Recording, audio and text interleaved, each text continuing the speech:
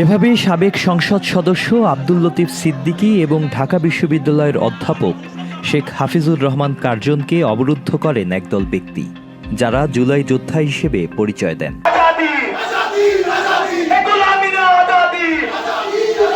28 August সকালে Dhaka reporters ইউনিটিতে আমাদের মহান স্বাধীনতা যুদ্ধ এবং বাংলাদেশের সংবিধান শীর্ষক এক গোলটেবিল বৈঠকের আয়োজন করেছিল মঞ্চ ৭১। যে কোনো সংবিধান, যে কোনো আদর্শ, তার কিছু মূল প্রিন্সিপাল থাকে।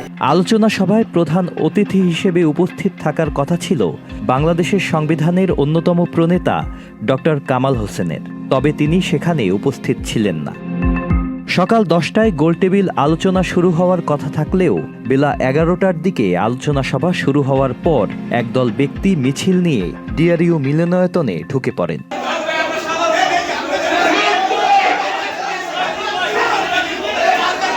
এ সময় তারা সাবেক মন্ত্রী লতিফ সিদ্দিকী সহ আলোচকদের উদ্দেশ্য করে নানা ধরনের স্লোগান দিতে থাকেন। তারা আলোচনার ব্যানারও ছিঁড়ে ফেলে।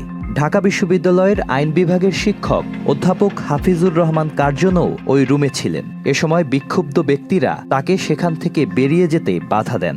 এক পর্যায়ে তার গায়ে ধরে তাকে সেখানেই বসে থাকতে বলেন তারা। ওই শিক্ষকের সাথে তাদের কথা কাটাকাটি হতে দেখা যায়।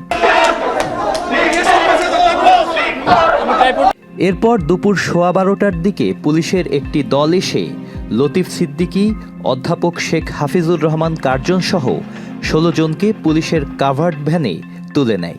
রাতে সাবেক মন্ত্রী লতিফ সিদ্দিকী, ঢাকা বিশ্ববিদ্যালয়ের অধ্যাপক শেখ হাফিজুর রহমান কার্জন সহ পুলিশ হেফাজতে নেয়া ব্যক্তিদের গ্রেফতার দেখায় পুলিশ। ঢাকা মহানগর পুলিশের অতিরিক্ত কমিশনার মোহাম্মদ শফিকুল ইসলাম গণমাধ্যমকে জানান, আটককৃতদের বিরুদ্ধে সন্ত্রাস বিরোধী আইনে মামলা হয়েছে এবং তাদের শাহবাগ থানা থেকে ডিবি কার্যালয়ে নিয়ে যাওয়া হয়েছে। তিনি আরও বলেন, আটক ব্যক্তিদের বক্তব্য, বিবৃতি, বই, কলমের লেখা ইত্যাদি বিশ্লেষণ করে পুলিশ তথ্য প্রমাণ পেয়েছে। তারা যে সমস্ত বক্তৃতা বিবৃতি দিয়েছে তা রাষ্ট্রের অবস্থানের সাথে বিরোধী। যারা অনুষ্ঠানে মব সৃষ্টি করেছে তাদের বিরুদ্ধে কোনো পদক্ষেপ নেওয়া হয়েছে কিনা এমন প্রশ্নের জবাবে ডিএমপির গোয়েন্দা বিভাগের প্রধান বলেন, মামলা হলে তদন্ত করে যার বিরুদ্ধে প্রমাণ পাওয়া যাবে তার বিরুদ্ধে ব্যবস্থা নেওয়া হবে, এটা তদন্তের ব্যাপার। Sajid Abdullah, channel I.